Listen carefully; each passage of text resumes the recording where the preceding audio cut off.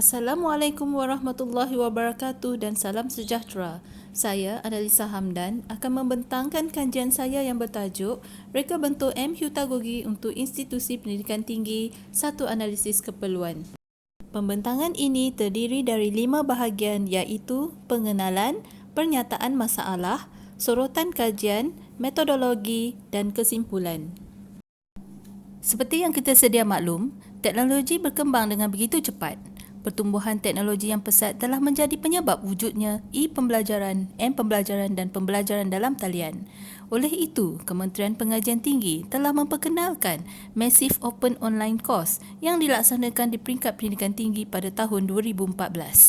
Walau bagaimanapun, pada tahun 2015, pembelajaran teradun telah dipilih sebagai pendekatan pedagogi utama di semua IPT. Dalam meningkatkan kualiti pendidikan tinggi negara, KPT telah mengusulkan pendekatan baru dalam PDP iaitu Pedagogi Abad ke-21 yang terdiri daripada Hutagogi, Paragogi dan Cybergogi.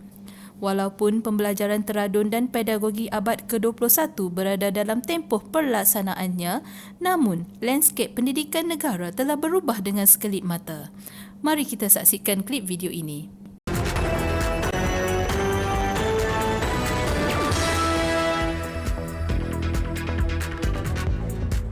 Gelombang kedua penularan COVID-19 bermula, 14 kes baru dilaporkan hari ini. Dan untuk itu kerajaan memutuskan untuk melaksanakan Perintah Kawalan Pergerakan mulai 18 Mac 2020 iaitu lusa hingga 31 Mac 2020 di seluruh negara. Baik, operasi semua sekolah termasuk kolej vocational di bawah Kementerian Pendidikan akan ditutup bermula esok sehingga hari terakhir persekolahan bagi tahun ini. Pertama kali dalam sejarah sistem pendidikan negara, pengajaran dan pembelajaran berlangsung tanpa perlu guru bersemuka dengan anak didik selama lebih sebulan, manakala ibu bapa perlu mengambil alih sebahagian peranan warga pendidik. Berdasarkan klip video tersebut, wabak COVID-19 telah merubah sistem pendidikan tinggi negara secara drastik. Pembelajaran teradun telah digantikan dengan pembelajaran dalam talian, kesan daripada Perintah Kawalan Pergerakan yang dilaksanakan bagi mengawal penularan wabak. Sebahagian besar pelajar, guru dan pesyarah terpaksa menjalani pembelajaran dalam talian di kediaman masing-masing. Namun, segelintir pelajar IPT terpaksa menjalani pembelajaran tersebut di kampus.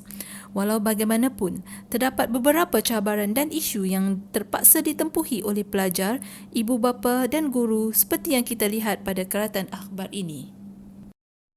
Oleh itu, berdasarkan pemerhatian, temu bual dan sorotan kajian lepas, beberapa masalah dan isu telah dikenal pasti.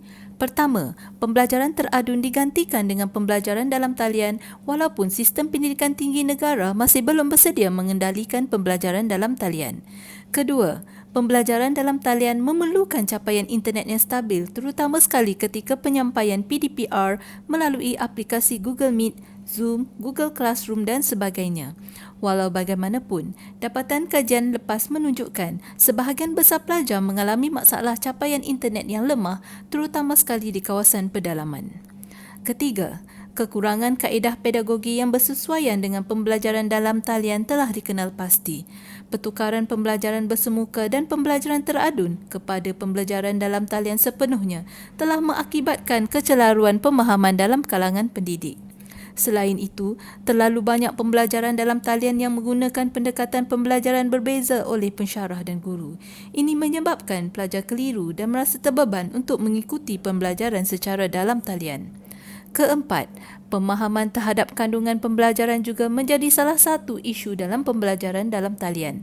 Pelajar diploma terutamanya menghadapi masalah dalam memahami kandungan sesuatu subjek. Ini adalah disebabkan pelajar tersebut baru sahaja terdedah dengan persekitaran pembelajaran pendidikan tinggi manakala subjek yang dipelajari adalah baru dan berbeza dari subjek ketika mereka berada di peringkat menengah. Akhir sekali, maklum balas yang tidak diberikan kepada pelajar secara berkala merupakan satu isu yang perlu ditangani dengan segera. Dapatan kajian lepas menunjukkan pelajar kurang menerima maklum balas secara berkala ketika menjalani pembelajaran dalam talian secara segera. Maklum balas yang diterima dapat membantu pelajar mengurangkan jurang antara tahap pemahaman semasa pelajar dengan matlamat pembelajaran yang ditetapkan. Oleh disebabkan terdapat beberapa isu yang mendasari pembelajaran teradun mahupun pembelajaran dalam talian, maka M-Hutagogi telah diperkenalkan. M-Hutagogi menekankan pembelajaran segerak dan pembelajaran tidak segerak. Ini bermaksud pembelajaran boleh berlaku pada bila-bila masa mengikut kesesuaian dan keadaan pelajar. Bagi pelajar yang tidak dapat mengikuti pembelajaran segerak menggunakan aplikasi sidang web seperti Zoom atau Google Meet, mereka boleh mengikuti pembelajaran tidak segerak iaitu dengan melihat rakaman sidang web atau mengalami pembelajaran pada bila-bila masa yang bersesuaian. Bukan itu sahaja, M-Hutagogi menekankan autonomi pelajar, penggunaan peranti teknologi mudah alih seperti telefon pintar dan aplikasi web 2.0 yang percuma dan menarik minat pelajar. Hutagogi merujuk kepada pembelajaran penentuan kendiri yang merupakan lanjutan kepada andragogi atau pembelajaran arahan kendiri. Hutagogi merupakan suatu konsep pengajaran dan pembelajaran yang baru.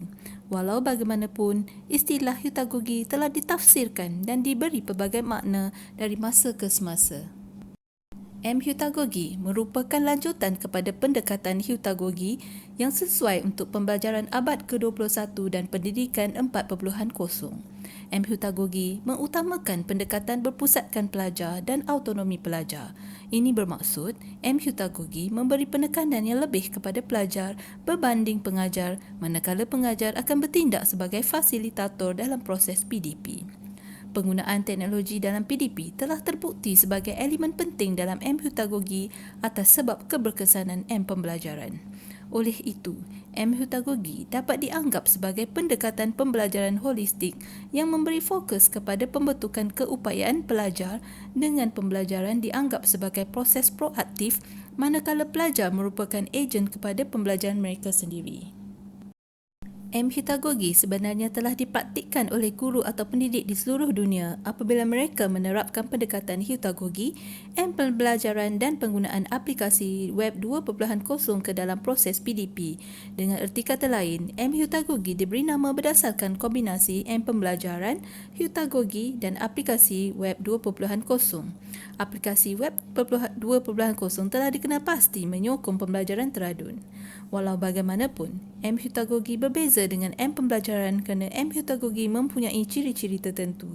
Walaupun kedua-dua M-Hutagogi dan M-Pembelajaran menggunakan teknologi mudah alih, masih ada perbezaan di antara keduanya. M-Pembelajaran merupakan e-pembelajaran yang menggunakan penggunaan peranti komputeran mudah alih termasuk telefon bimbit digital yang berlaku dalam pelbagai konteks yang mana pelajar dapat memanfaatkan akses terhadap bahan pembelajaran melalui peranti mudah alih. Sebaliknya, M-Hutagogi adalah pembelajaran penentuan kendiri dengan penggunaan teknologi mudah alih yang menekankan pelajar sebagai ejen pembelajaran mereka sendiri. Untuk melihat perbezaan antara M-Hutagogi dan M-Pembelajaran, jadual yang dipaparkan menunjukkan ciri-ciri M-Hutagogi dan M-Pembelajaran.